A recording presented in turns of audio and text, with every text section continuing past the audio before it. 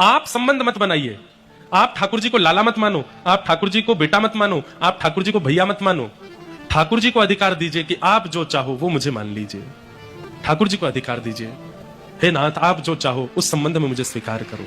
आज ही ठाकुर जी से कह दो हम आपके कौन हैं, ये आप ही हमें बताओ। देखना ठाकुर जी बताएंगे। और नित्य पूछो ठाकुर जी हम आपके कौन हैं।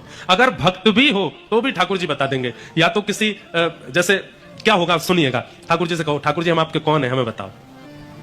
उसी के भाव से नित्य भजन करो, ठाकुर जी हमें बताओ आपके कौन है। नित्य इसी भाव से नाम जप करो, इसी भाव से कथा सुनो, इसी भाव से 7 महीना 1 साल जब बीत जाएगा ना, तो ठाकुर जी सांकेतिक रूप से बताएंगे कि आप कौन हो।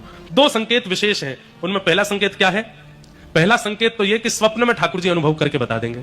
स्वप्न में ठाकुर जी उसी संबंध से आपको संबोधित कर देंगे। या तो आपको बोल देंगे अरे मेरे भैया, तो भैया कह के मानो ठाकुर जी कह रहे हैं वो आपके छोटे भाई हैं।